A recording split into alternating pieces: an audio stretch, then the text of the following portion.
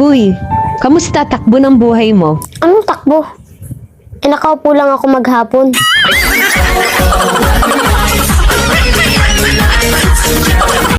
Hoy, bakit ka tulala dyan? Ang dami kasing planong tumatakbo sa isip ko. Sana lang hindi sila madapa.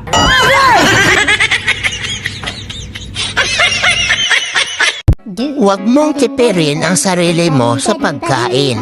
Hindi pwede yung pagod ka na tapos gutom ka pa. Wow! Dati talaga, payat ako. Pero hayaan mo na yun. Pass is pass. Ano sabi mo? Kapag malungkot ka, magkape ka. Promise, malungkot ka pa rin. Pero at least makapagkape ka, di ba? Gago!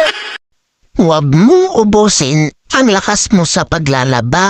Tandaan mo, magsasampay at magtutupik ka pa.